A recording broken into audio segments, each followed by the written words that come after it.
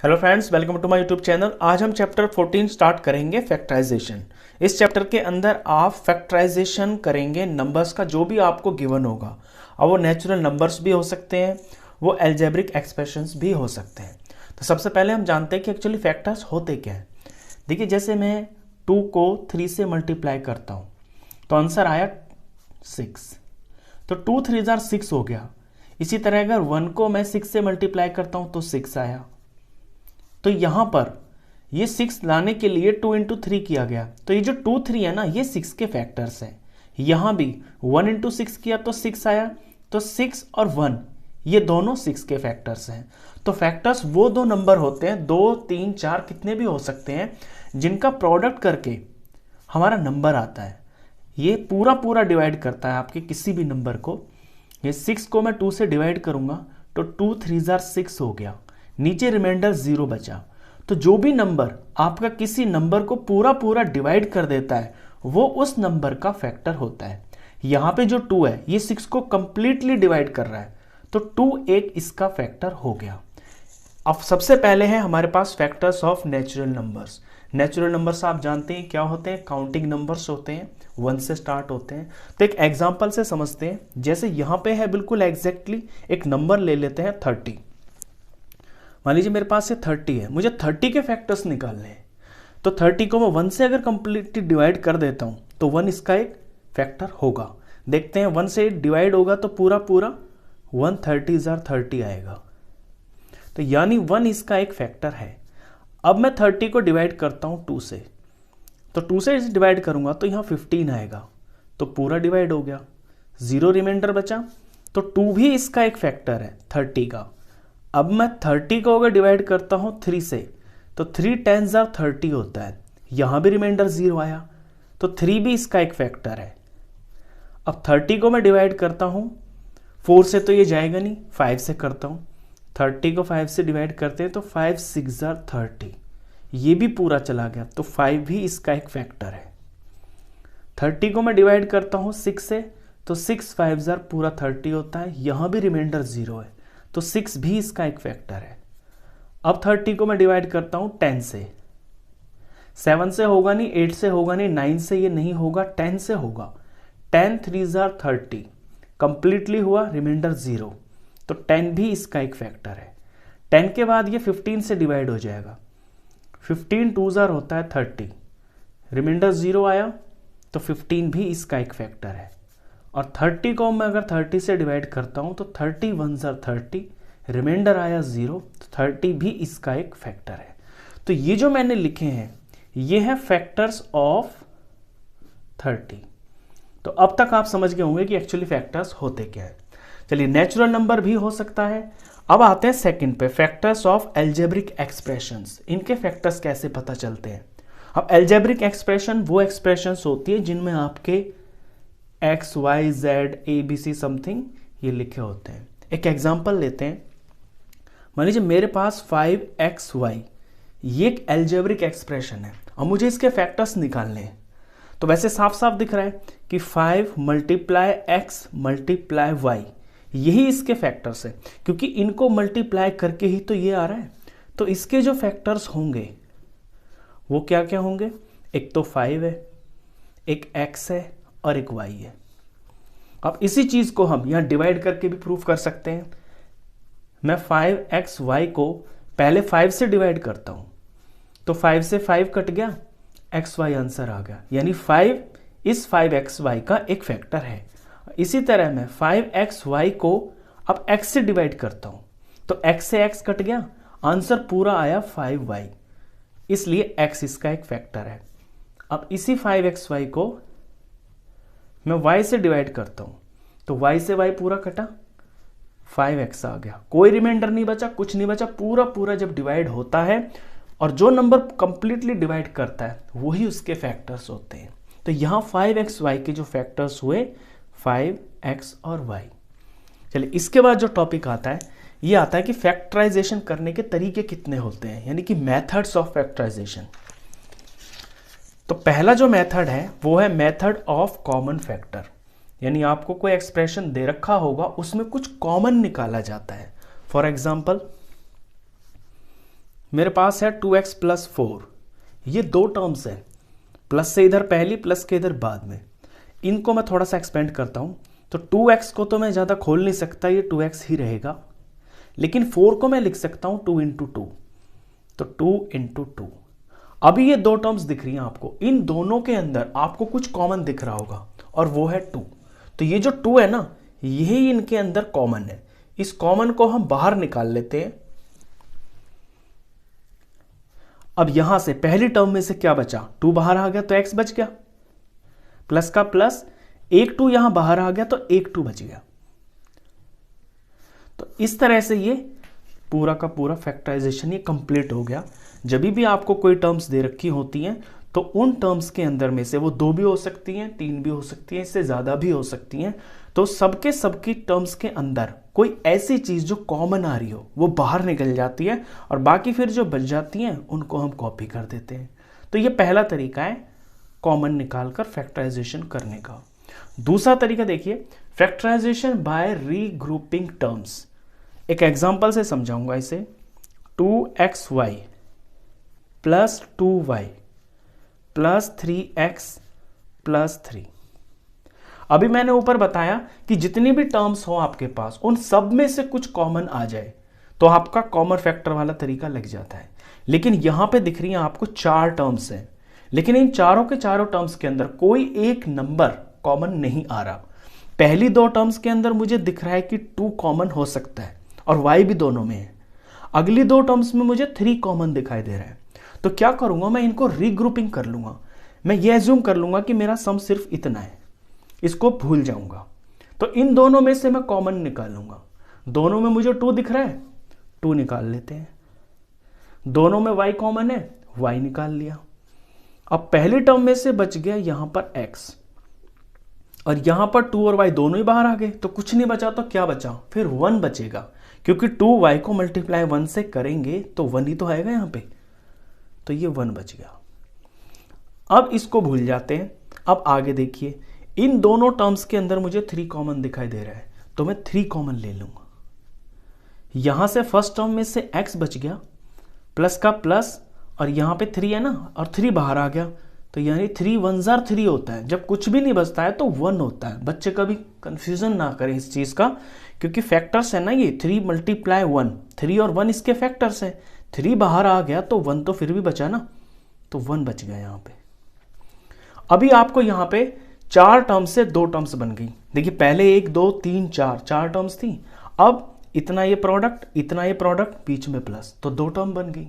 अब इन 2 टर्म्स के अंदर आप देख रहे होंगे कि x प्लस 1 यहां भी है और x प्लस 1 यहां भी है, तो इन दोनों में से x प्लस 1 अब कॉमन आ जाएगा। तो x प्लस 1 आ गया कॉमन, और यहां से पहली वाली टर्म में से बच गया 2y प्लस का प्लस, और यहां से बच गया ये 3। तो ये इसके 2 फैक्टर्स हो गए।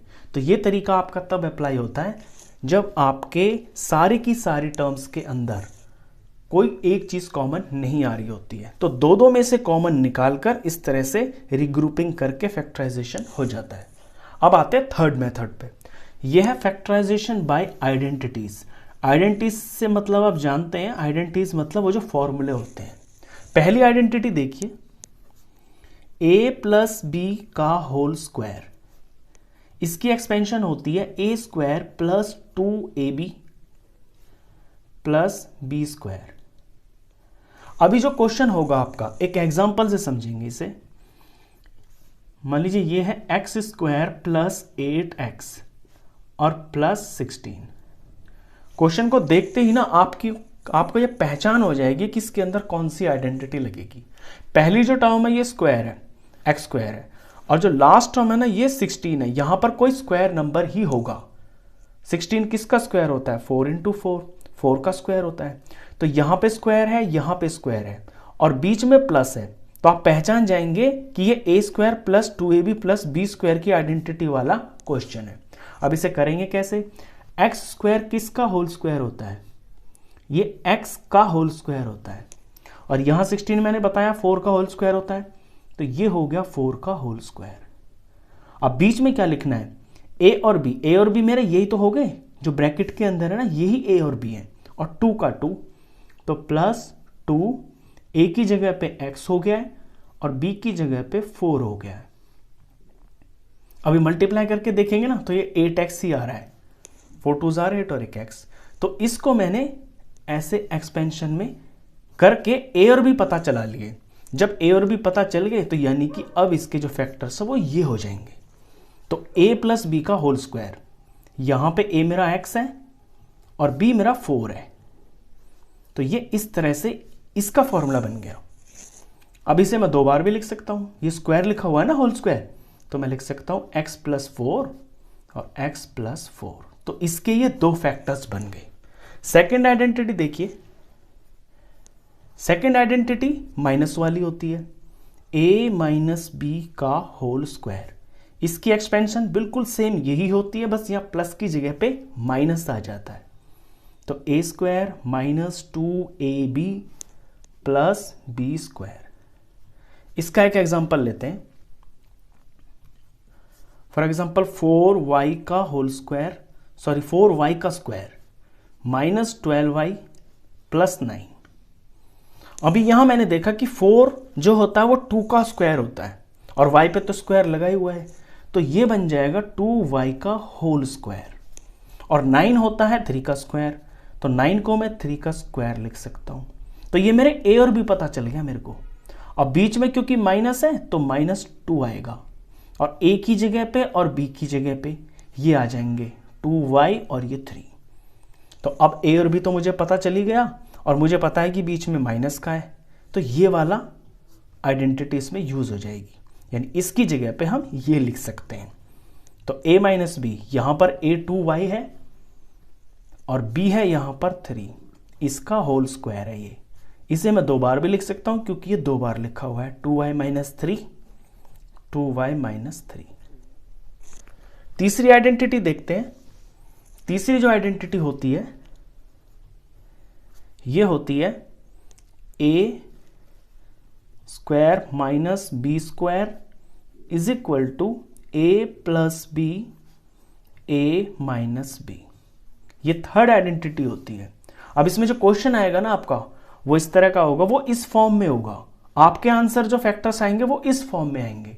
फॉर एग्जांपल 49p स्क्वायर और -36, तो यहां देखते ही पता चल रहा है कि 49 जो है ना वो 7 का स्क्वायर होता है और p पे स्क्वायर लगा ही हुआ है, तो ये जो वैल्यू है ना ये 7p का होल स्क्वायर है। -36 होता है 6 का स्क्वायर, ये वैल्यू 6 का स्क्वायर है, 6 6 36 होता है।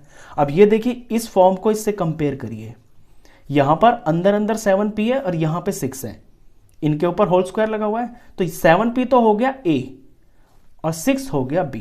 अब जब इसको हम इसकी फॉर्म में लिखेंगे तो एक बार इन्हें प्लस कर देंगे ब्रैकेट में, एक बार माइनस कर देंगे, इस तरह से 7p प्लस 6, 7p माइनस 6, ये हो गए इसके फैक्टर्स। तो ये तीसरी आइडेंटिटी है।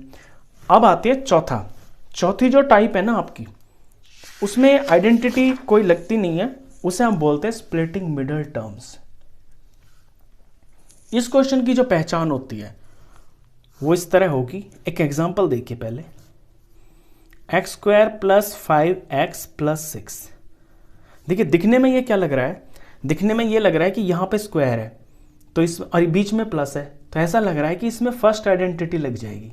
लेकिन जब आप यहाँ देखेंगे ना इसके थर्ड नंबर को, थर्ड टर्म को, तो देखेंगे कि जो 6 है ये तो किसी का स्क्वायर होता नहीं है।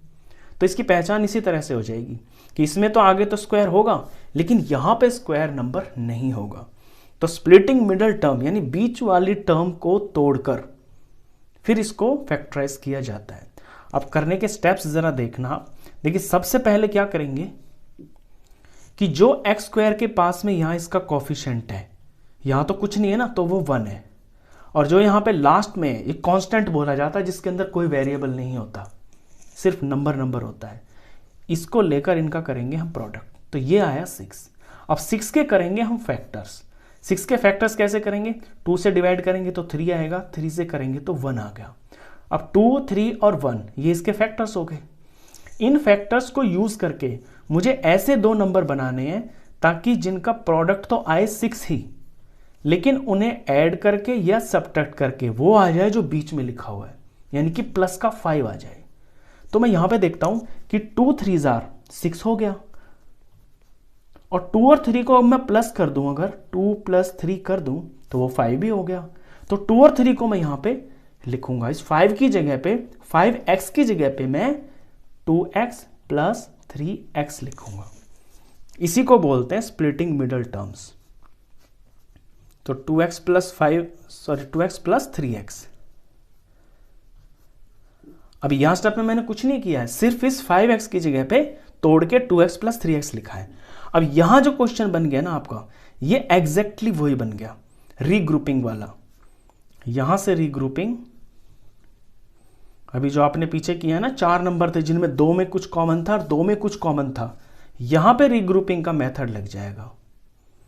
तो पहले जो 2 नंबर है इनमें देखिए x कॉमन आ रहा है, यहां से x बाहर निकल गया, तो फर्स्ट टर्म में से एक x बच गया, प्लस का प्लस, x बाहर आ गया तो यहां 2 बच गया। अगली 2 टर्म्स में देखें, 3 × 1 = 3 और 3 × 2 = 6, तो दोनों में 3 तो है, 3 कॉमन बाहर आ गया, यहां से x बच गया, प्लस और 6 होता है 3 × 2 = तो यहां पे 2 आ गया। ये 4 टर्म से आपकी 2 टर्म बन गई।